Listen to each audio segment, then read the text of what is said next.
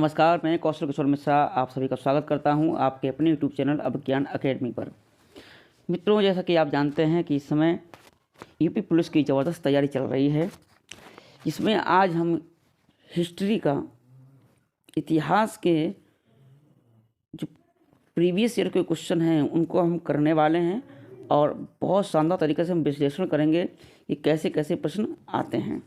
ठीक है, तो जो भी प्रीवियस ईयर में क्वेश्चन आए हैं, आइए उन पर हम चर्चा करते हैं शुरू। ठीक है, तो पहला जो क्वेश्चन आया था वो क्वेश्चन आया था कि शिवाजी के छोटे पुत्र का नाम बताइए जो तीसरे छत्रपति भी थे। ये प्रश्न पूछा गया है। तो इसमें था राजा राम, संभाजी, साहू जी और बाजीराव। ये प्रश्न पूछा गया है। अब देखिए, ये प्रश्न आया है मराठा साम्राज्य से। प्रश्न किससे आया है? ये मराठा साम्राज्य से ये क्वेश्चन आया है। मराठा साम्राज्य की बात करें तो इसमें सबसे पहले आते हैं शिवाजी। शिवाजी जो हैं सबसे पहले आते हैं। और शिवाजी आपको मालूम है इनका जन्म 1628 में ही हो गया था। ठीक है, अब ये बने कब सम्राट, उन्होंने घोषणा कब करी? तो 1674 से 1680 तक ये मराठा साम्राज्य के छत्रपति रहे। फिर शिवाजी की बात करें तो शिवाजी के दो पुत्र थे, तो इनके जेठ पुत्र थे। इनके बाद आए कौन? संभाजी। कौन आए? संभाजी। और संभाजी की बात करें तो ये 1680 से 1700 तक ये छत्रपति रहे मराठा साम्राज्य के। 1889 तक, 1889 तक रहे। ये रहे 1689 तक। ठीक है, ये ध्यान रखना है। इसके बाद कौन आता है? राजा राम।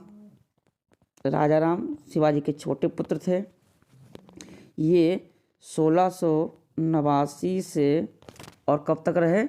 ये रहे हैं 1700 तक। 1700 तक ये रहे। उसके बाद हम बात करेंगे नंबर 4 पे आए थे। नंबर 4 पे कौन आया था? तो बालाजी विश्वनाथ। बालाजी विश्वनाथ। बालाजी विश्वनाथ इसके बाद बने। और बालाजी विश्वनाथ की बात करें तो ये 1713 से 1720 तक रहे। इससे पहले ताराबाई अंग्रेज लड़ती रहीं और बाद में बालाजी विश्वनाथ ने। उसके बाद फिर 5वें नंबर पे आते हैं बाजीराव, यानी बालाजी के पुत्र का नाम था बाजीराव। बाजीराव फर्स्ट। ये रहे हैं 1720 से 1761 तक। 1761 तक। और इसके बाद रहे हैं नंबर 6 पर देखें तो इसके बाद आए बालाजी बाजीराव। बालाजी बाजीराव 1740 से 1761 तक। 1761 तक। तो बाजीराव प्रथम कब से कब तक रहे? 1740। इसके बाद फिर आंग्ल मराठा युद्ध होते हैं। आंग्ल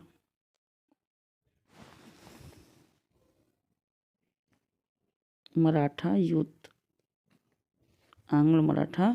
युद्ध होते हैं। 3 युद्ध होते हैं। 1, 2, 3। 3 युद्ध होते हैं। पहला 1775 से 1782 के बीच में होता है। दूसरा होता है 1803 से 1806 में। फिर होता है 1857 17 से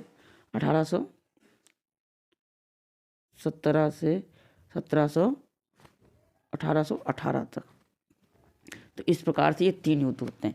ये था पूरा। और इसके बाद आते हैं कौन? साहू जी महाराज। कौन आते हैं? साहू जी महाराज। साहू जी महाराज। ठीक है, ये कहाँ के थे? तो ये भोसले वंश के थे, कोल्हापुर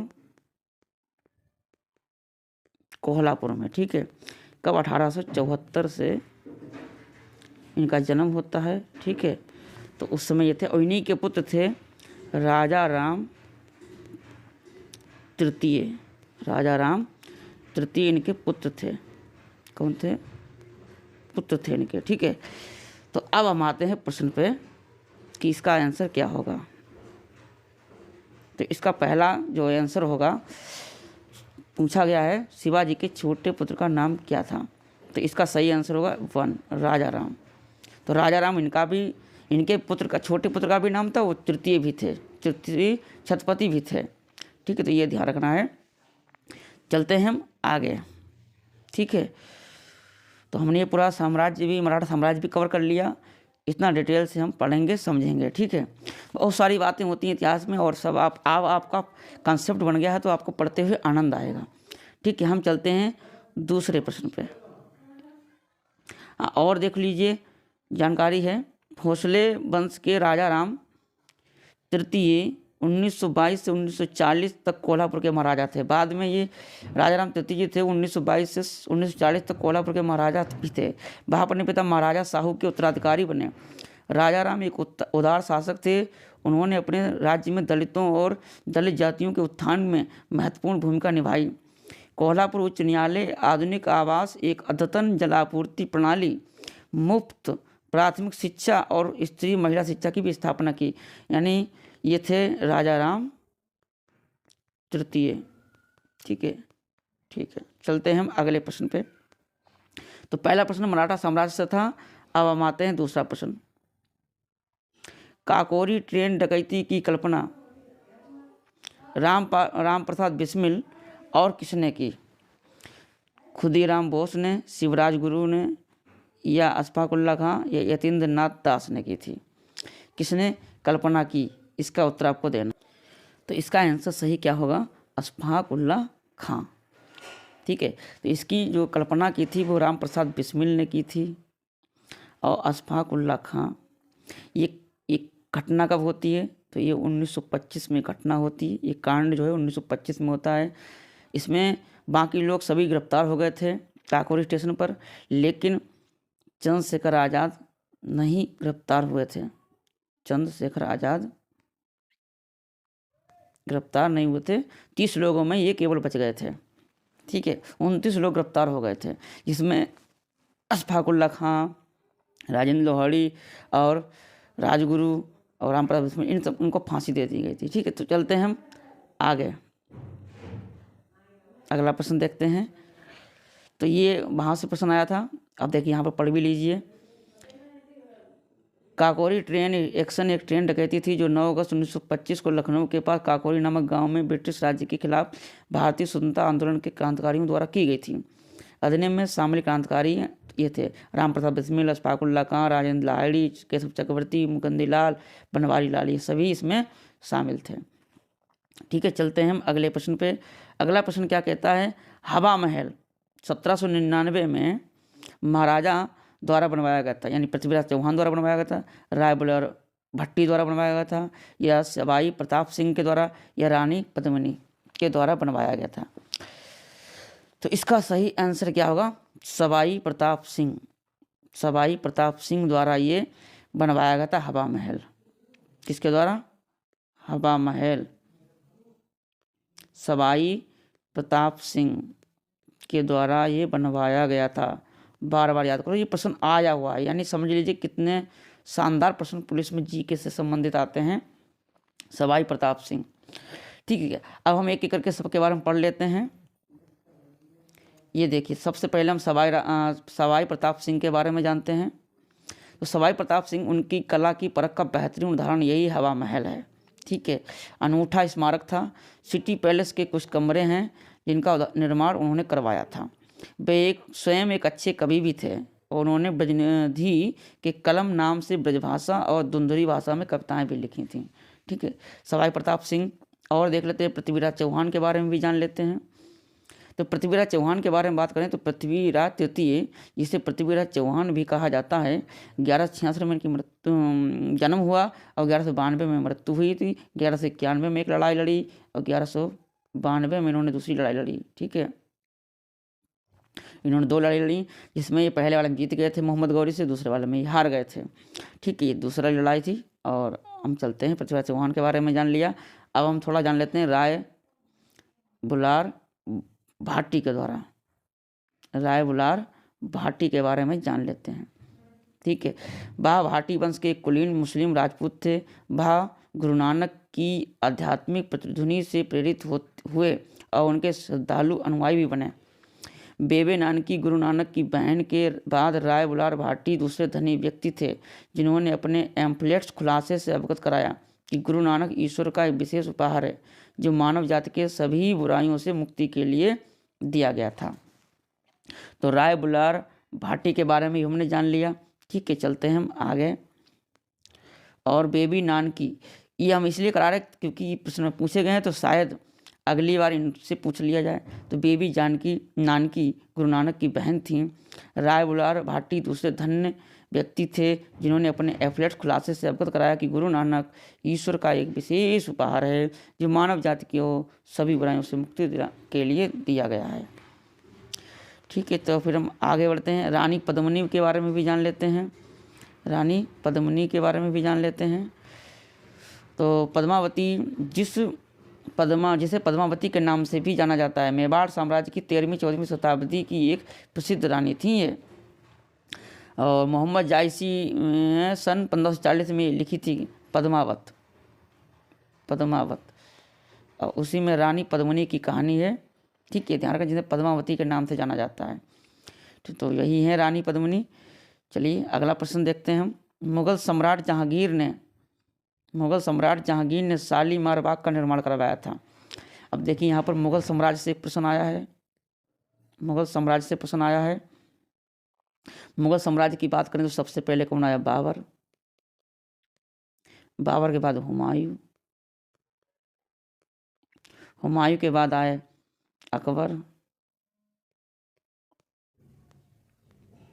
अकबर के बाद आया जहांगीर के बाद आया शाहजहां, और शाहजहां के बाद आया औरंगजेब। ठीक है, तो ये सब आए थे। ठीक, ध्यान रखना। ठीक है, तो बाबर 1526 से 1530 तक, 1530 से 1556 तक, 1556 से 1605 तक। जहांगीर 1556 1605, 1605 से 1628 तक, 28 से 58 तक, फिर 1707 तक ये रहे। लास्ट में 1707 तक, यानी 1526 से लेके 1707 तक, 1707 तक, और यहाँ 1526। ठीक, शुरुआत होती है यहाँ। अब इन्होंने बहुत चीज़ें बनवाई, जैसे शाहजहां जो वास्तुकला के वास्तुकला के लिए फेमस थे। जहांगीर जो चित्रकला के लिए फेमस थे। वो चित्रकला के लिए फेमस थे, ये आपको ध्यान रखना है। अब शालीमार बाग का निर्माण किया था जहांगीर ने, तो कहाँ? कश्मीर में। इसका सही आंसर है 4। ठीक है, चलते हैं हम अगले प्रश्न पे। यहाँ हम पढ़ भी लेते हैं। मुगल सम्राट जहांगीर ने जम्मू कश्मीर में श्रीनगर के शहर के बाहरी इलाके में शालीमार बाग का निर्माण करवाया। और जम्मू कश्मीर में श्रीनगर शहर के बाहरी इलाके में डल झील के उत्तर पूर्व में शालीमार बाग को शालीमार गार्डन, फराह बख्श और फैज बख्श के नाम से भी जाना जाता है। ठीक है, आगे इस बाग को मुगल सम्राट जहांगीर ने अपनी रानी नूरजहां को खुश करने के लिए बनवाया था। शालीमार गार्डन को श्रीनगर का मुकुट कहा जाता है। ठीक है, ये कितनी दूर है? तो रेलवे स्टेशन से 22 किलोमीटर दूर है और श्रीनगर से 25 किलोमीटर की दूरी पर है। ठीक है, आगे अगला प्रश्न है, वैदिक सभ्यता किस नदी से विकसित हुई है? तो यहाँ पर हम देख लेते हैं। यहाँ पर देखिए गोदावरी, तो गोदावरी नदी ये जाती है। कावेरी नदी ये है, और कृष्णा ये नदी है। तो ये है गोदावरी। ठीक है, और ये ध्यान रखना, गोदावरी जो है वो त्र्यंबकेश्वर चोटी से।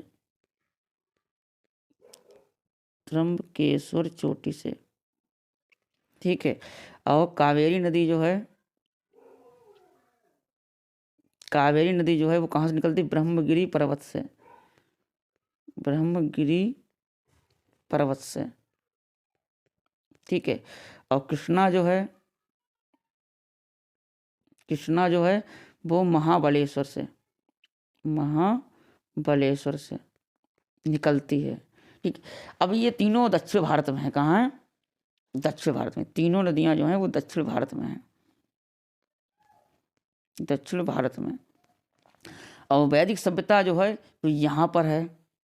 वैदिक सभ्यता कहाँ पर है? यहाँ पर है। तो इसका मतलब है सरस्वती इसका सही आंसर होगा। Saraswati is the right answer, ठीक है। चलते हैं हम अगले प्रश्न पे। अगला प्रश्न है 1658 में बहादुरपुर की लड़ाई में शाहजहां के द्वारा बेटा शाह शुजा को शाहजहां के पोते ने हराया था। तो किसने हराया था? ये प्रश्न पूछा गया है। इसका सही आंसर क्या? 1658 में बहादुरपुर की लड़ाई में शाहजहां के दूसरे बेटे शाह शुजा को शाहजहां के पोते ने हराया था। तो किसने हराया था? इसका आंसर बताना है। मुराद बख्श ने, सुलेमान सिकोहा ने, आलम शाह ने या बहादुर शाह ने? किसने हराया था ये आपको ध्यान रखना है। किसने हराया था बताइए।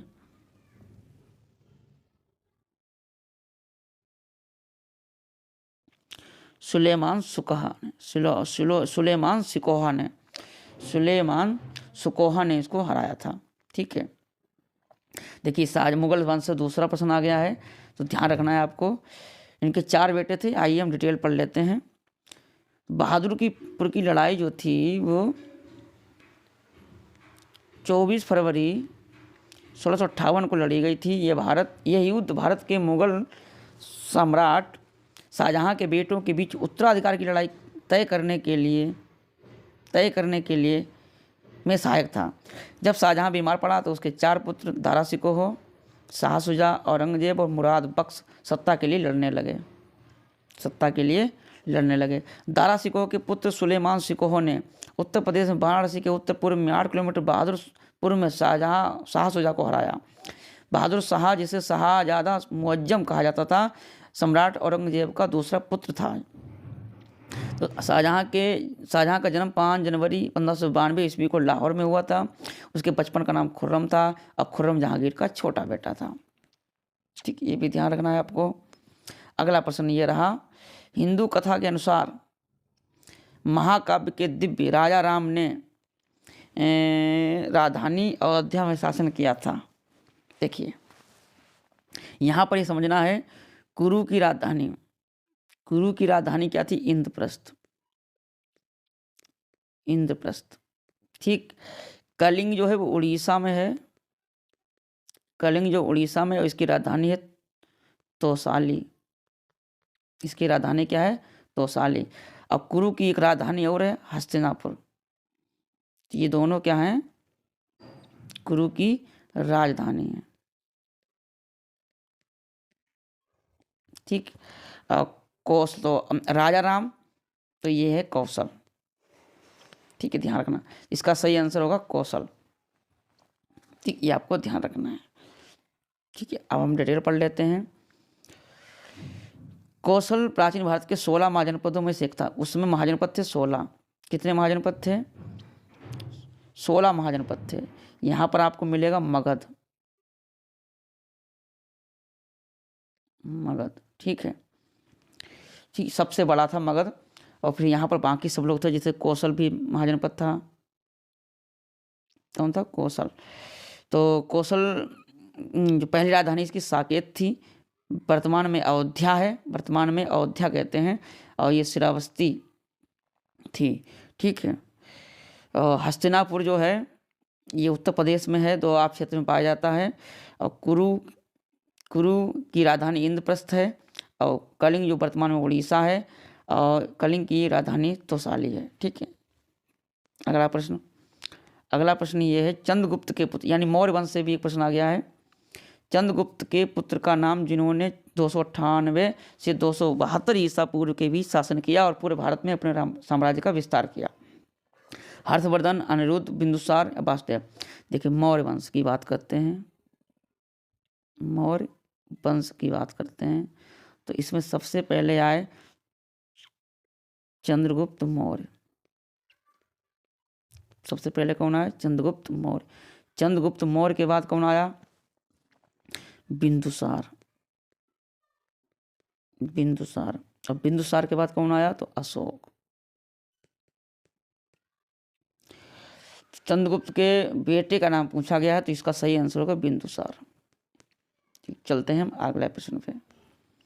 अगला प्रश्न है, भारत में ब्रिटिश शासन का बड़े पैमाने पर विस्तार सहायक संधियों के माध्यम से हुआ जो कि गवर्नर के दौरान किया गया। ठीक है, इसका ये प्रश्न पूछा गया है। तो आपको ये ध्यान रखना है, Lord Warren Hastings, Lord Cornwallis, Lord Wellesley और लॉर्ड क्लाइव।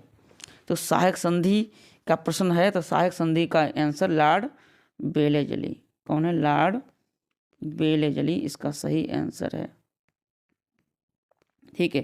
कॉर्नवालिस आपको पता है भूमि सुधार आंदोलन के जनक हैं। भूमि सुधार, भूराजस्व,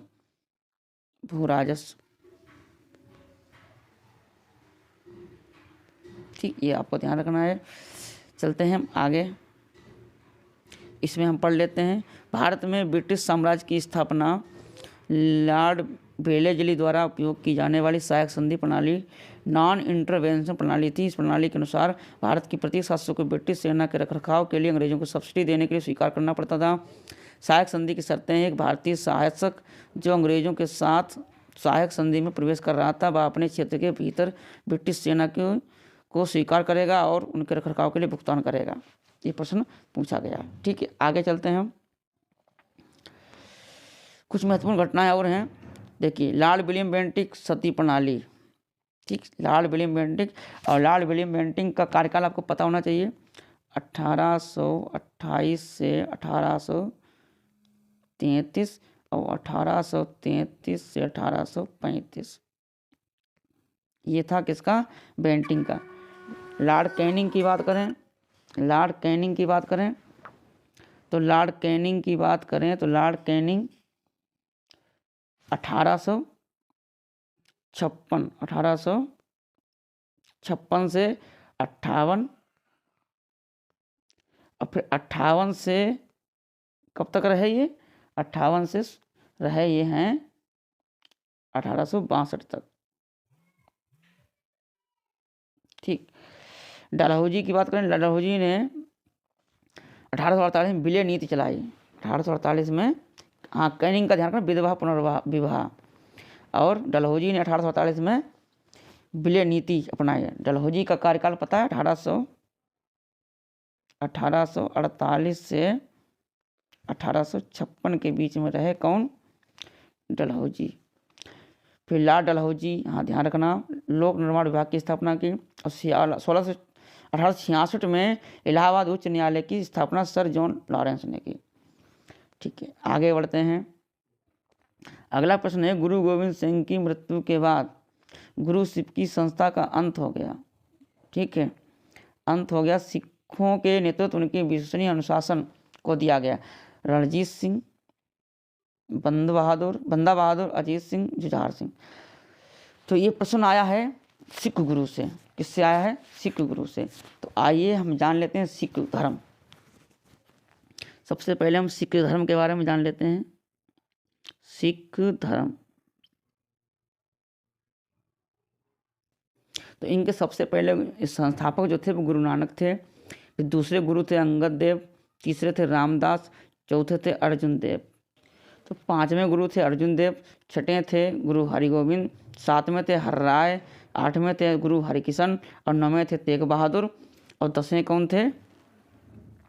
10वें थे गुरु गोविंद सिंह, गुरु गोविंद सिंह। ठीक, ये आपको ध्यान रखना है। 10वें कौन थे? गुरु गोविंद सिंह। तो ये 10 गुरु थे। और इसके बाद आए कौन? बंदा सिंह बहादुर, बंदा सिंह बहादुर इसके बाद आए। ठीक, आपको ये ध्यान रखना, बंदा सिंह बहादुर आए थे, बहुत बाद में आए थे, ये ध्यान रखना है, बंदा सिंह बहादुर। तो ये सब गुरु थे। अब हम इनके बारे में एक एक करके बात पूछ कर लेते हैं। तो सबसे पहले हम देखते हैं यहाँ पर ये वाले पे। तो सिख धर्म के गुरु थे गुरु नानक, ठीक है। तो गुरु नानक की बात करें तो इनका जन्म आपको पता होना चाहिए 1469 में इनका जन्म होता है, ठीक है। फिर हम आपको एक बात कर लेते हैं रामदास के बारे में। किसके बारे में? रामदास के बारे में बात कर लेते हैं। तो रामदास की अगर हम बात करें तो अकबर ने इन्हें 500 बीघा जमीन दी थी। क्या दी थी? जमीन दी थी। और एक नगर की स्थापना करी इनके नाम से, रामदासपुर नगर की स्थापना करी। नगर की स्थापना, ठीक है, रामदासपुर। और इसी रामदासपुर को कहा जाता है अमृतसर के नाम से जाना जाता है। इसी को अमृतसर के नाम से जाना जाता है, ठीक है। ये आपको ध्यान रखना है। और हम बात करते हैं अर्जुन देव की। किसकी बात करते हैं? अर्जुन देव। तो ये 5वें गुरु थे। गुरु अर्जुन देव जो थे वो 5वें गुरु थे। कौन थे? 5वें गुरु थे।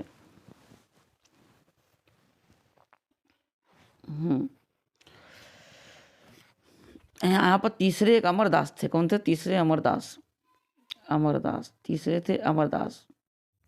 कोई बात नहीं, भूल गए थे। अमरदास तीसरे गुरु हैं, ये 5वें गुरु हैं। कौन से गुरु हैं? 5वें, ठीक है। तो यहाँ पर हम बात करेंगे अर्जुन देव को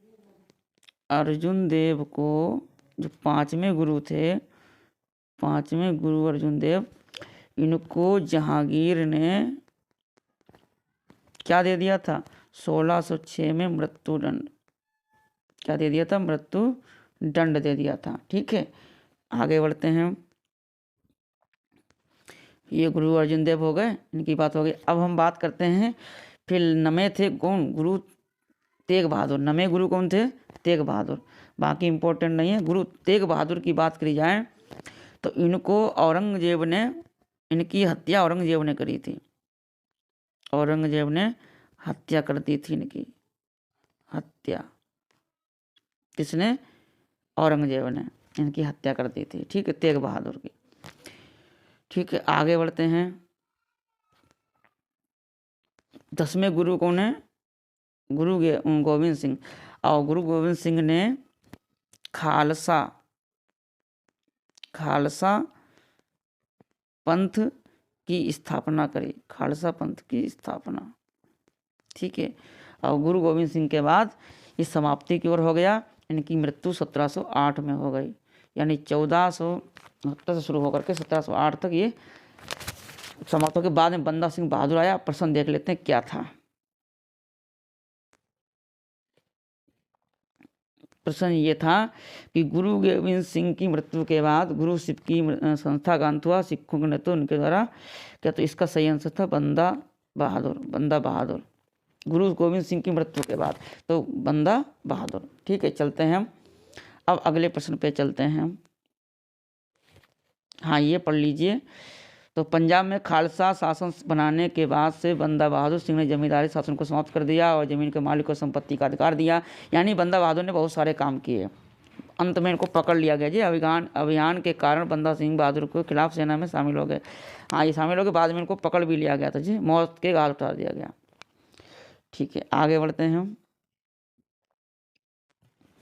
गुरु नानक देव पहले सिख गुरु थे। स्वर्ण मंदिर का निर्माण गुरु रामदास ने करवाया। हाँ, बहुत बढ़िया, ये पॉइंट भी लिख लेना। और गुरु अर्जुन देव को मुगल सम्राट जहांगीर ने अंजाम दिया। खालसा पंथ जो है गुरु गोविंद सिंह। और हर कृष्ण सबसे छोटे सिख गुरु थे। 5वें वर्ष की आयु में गुरु बन गए थे, ठीक है। आगे ध्यान रखना है आपको। ये प्रश्न है, पाकिस्तान का नाम सबसे पहले किसके द्वारा गढ़ा गया था? मोहम्मद इकबाल, मोहम्मद अली जिन्ना, चौधरी रहमत अली, मौलाना आज़ाद।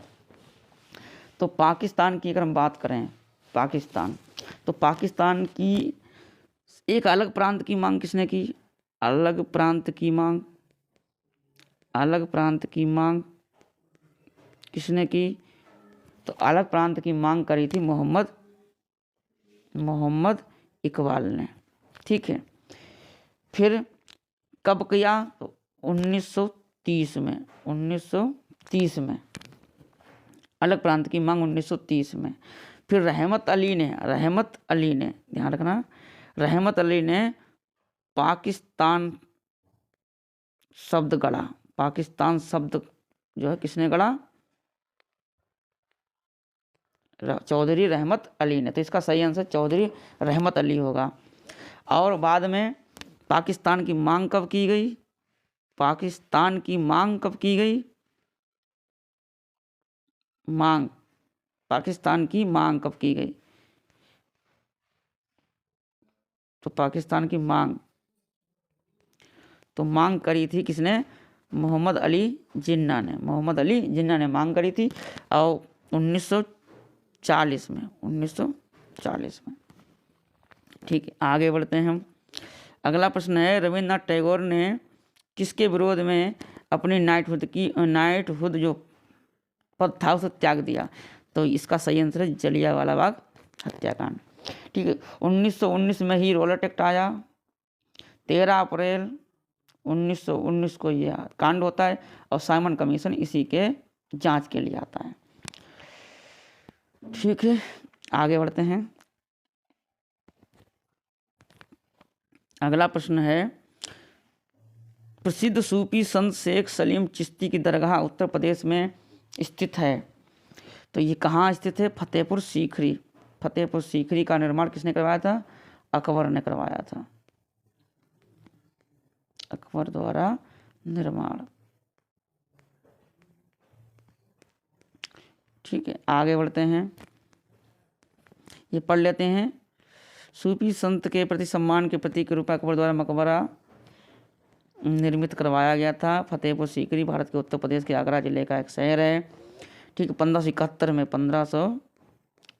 में ठीक है इसे राजधानी भी बनाया गया अकबर द्वारा। ठीक है, तो इतने ही हमारे प्रश्न थे। तो कैसा लगा आपको ज़रूर बताएं। आई होप कि आपने अच्छे से विश्लेषण किया होगा और आगे आप तैयारी इसी हिसाब से करेंगे। ठीक है, मिलेंगे अगले वीडियो में। आप सभी का बहुत बहुत धन्यवाद। कमेंट जरूर कर दें अगर आपको ये वीडियो अच्छा लगा हो।